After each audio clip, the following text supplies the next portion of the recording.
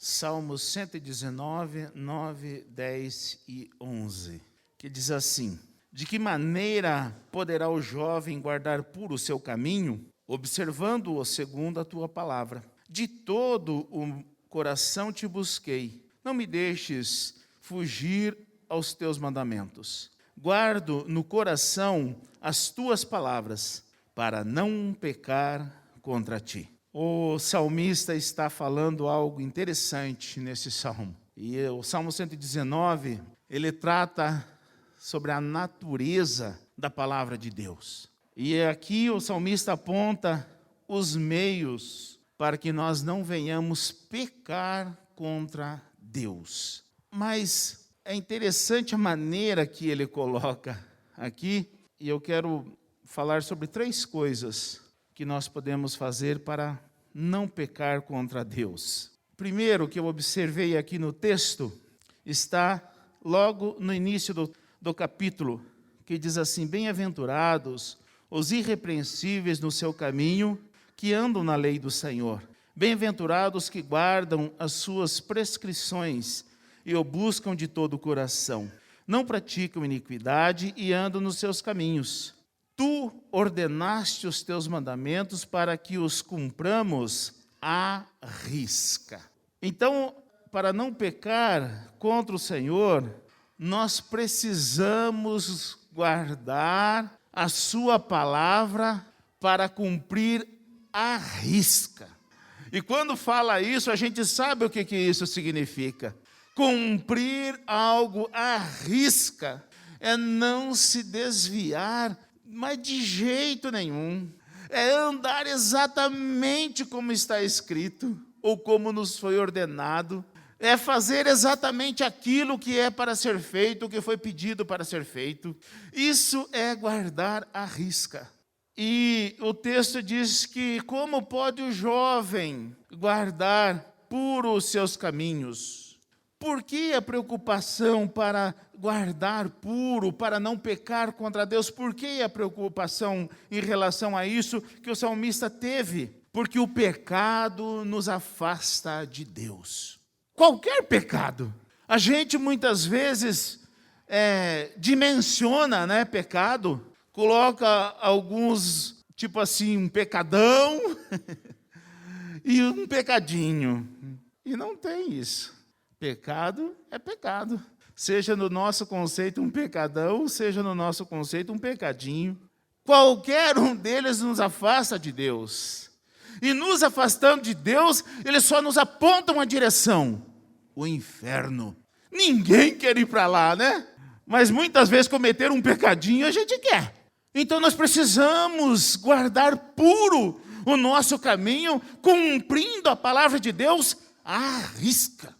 Nós não podemos interpretar a palavra de Deus. Se está escrito, está escrito. Somente assim nós conseguiremos guardar puro o nosso caminho e não pecar contra Deus. Agora, guarda os seus caminhos, então este é aquele que segue à risca.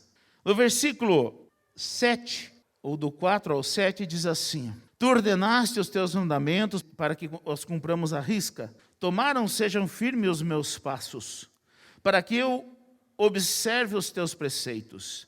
Então não terei de que me envergonhar, quando considerarem todos os teus mandamentos.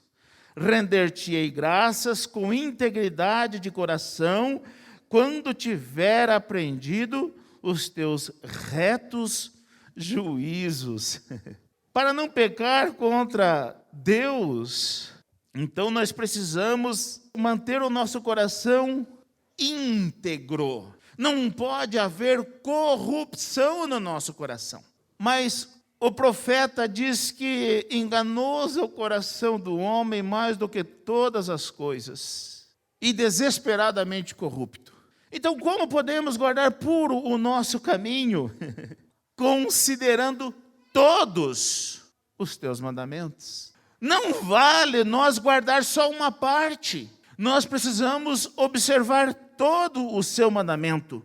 E Tiago, ele diz assim que aquele que pecar por um, peca por todos.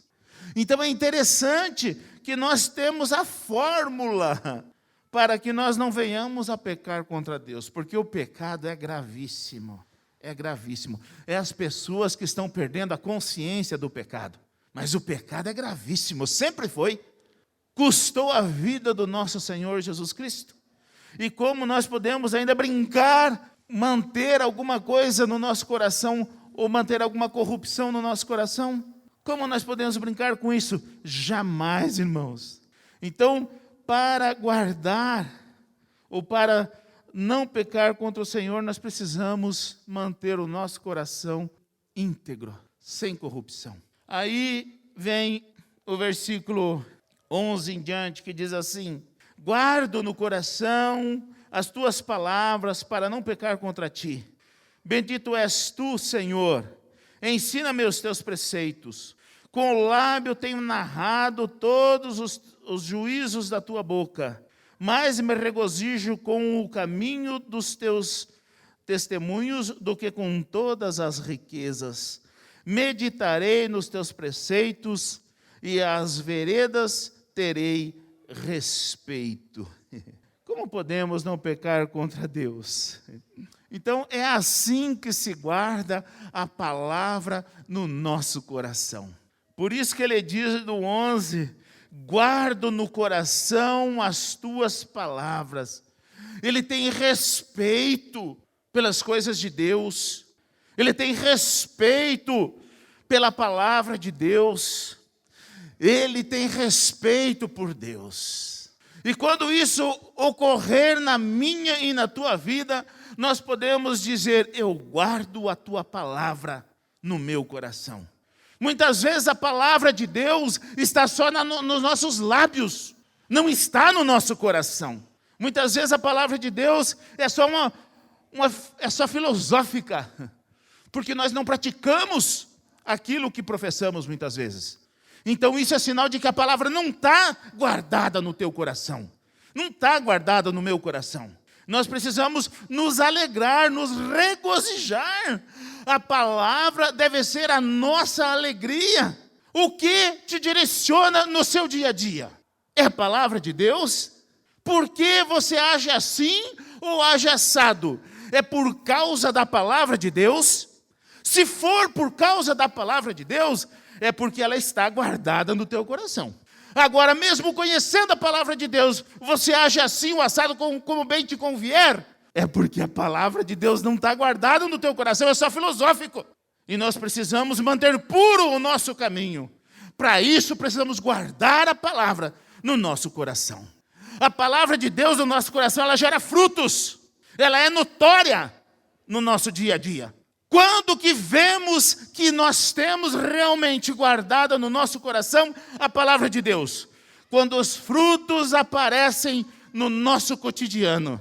Quando eu guardo, refreio a minha língua de falar coisas obscenas. Ou quando eu refreio a minha língua, que eu gostaria de falar algo para o meu semelhante, que desagradaria a Deus. Então nós precisamos manter puro o nosso caminho, guardando a palavra de Deus no nosso coração. Muitas vezes a gente peca porque a gente não tem prazer na palavra de Deus. O Salmo 1 diz assim: bem-aventurado o homem que não anda no concílio dos ímpios, nem se detém no caminho dos pecadores, nem se assenta na roda dos escarnecedores.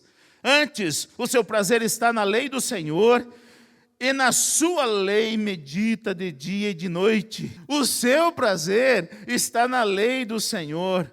É fácil saber se o nosso prazer está ou não na lei do Senhor. É se nela meditamos de dia e de noite. É se nos guiamos por ela. Muitas vezes nós precisamos fazer algo que nós não gostaríamos de fazer por causa da palavra de Deus. Porque eu gostaria de fazer assim, eu gostaria de falar aquilo, mas a palavra de Deus diz que eu não posso fazer assim, não posso falar aquilo.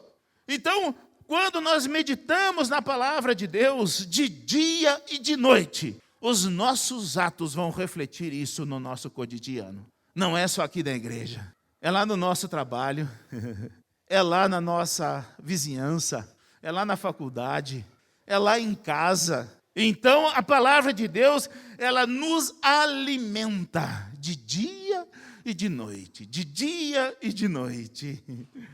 Interessante que o salmista, ele sabe disso. Ele faz uma pergunta: como pode um jovem manter puro o seu coração?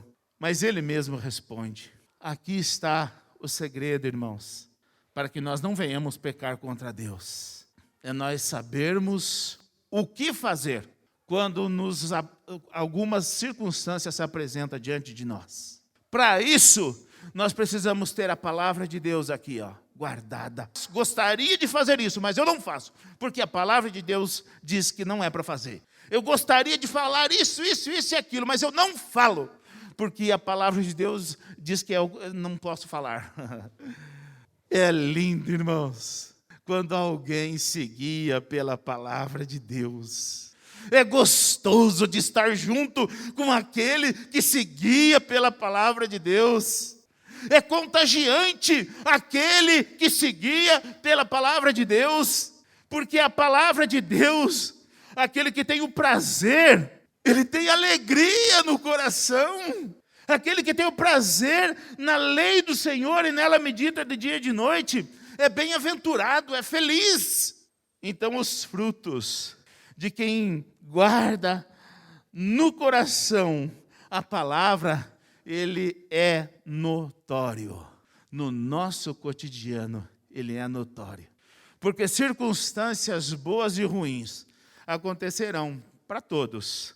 A diferença é do resultado das circunstâncias, é aquele que guarda e aquele que não guarda a palavra de Deus no coração.